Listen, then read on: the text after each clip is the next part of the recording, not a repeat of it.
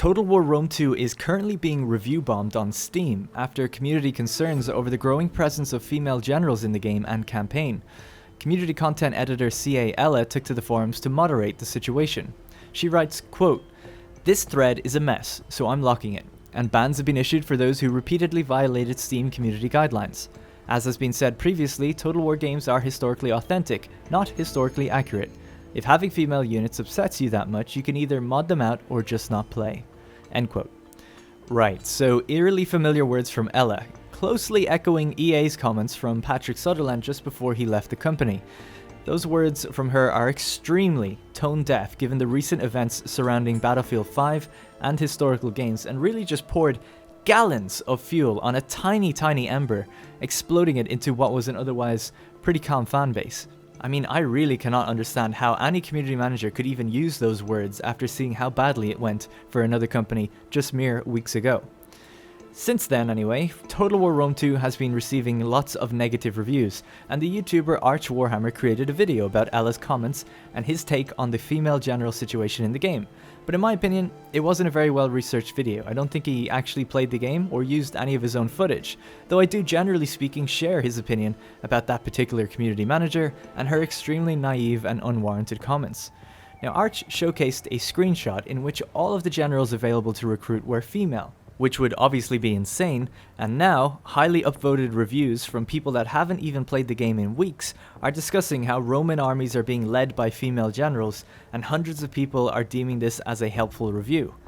Here's the facts. Female generals can only be recruited by certain cultures. They cannot be recruited by Romans, for instance.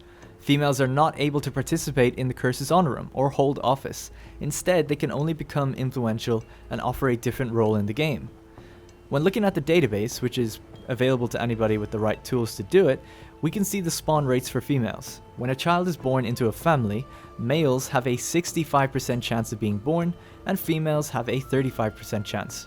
When looking at what the randomly generated pools offer, so not the ones that are being born into the family, most cultures are between 10% and 15% female, so it's basically a 1 in 10 situation to get a female general.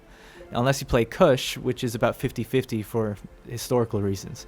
Now, of course, 1 in 10 generals being female does sound pretty high, but for gameplay it's in my opinion quite alright, especially when you consider that the random pool often only ever shows you about 7 in it at any time, so it's even less likely to see them. If you were then to set it to be 1% or 0.1% to be more historically accurate, thousands of players would never even have it occur in their campaigns ever. Even over multiple campaigns, the spawn rates, they just need to be higher than reality just so that it happens for gameplay. Now, you then have the choice whether or not to recruit them and make them the next Boudica or not.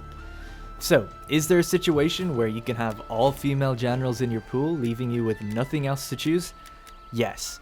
It's extremely unlikely, both based on the birth rates, which I mean by all accounts should have been 50-50 and it's not, and the spawning pool, which is about 10%.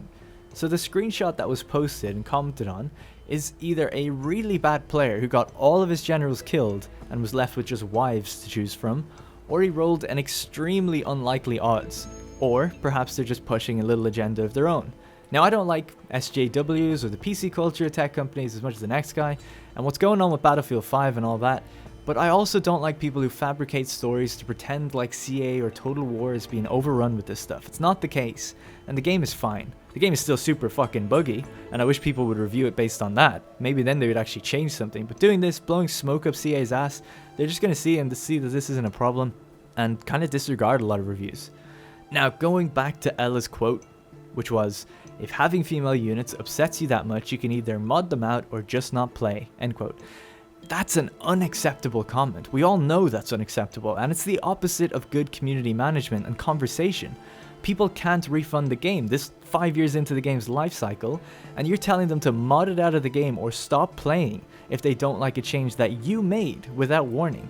It's essentially giving the middle finger to the fan base, saying we're not listening and we're digging our heels in, and it's insulting to even those who didn't give a shit about the female issue because it also devalues their opinions as well.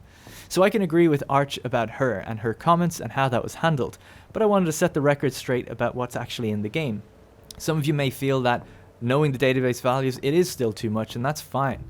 But that's all I wanted to do. So that's all for this quick video. Thank you very much for watching, and I'll see you in the next one.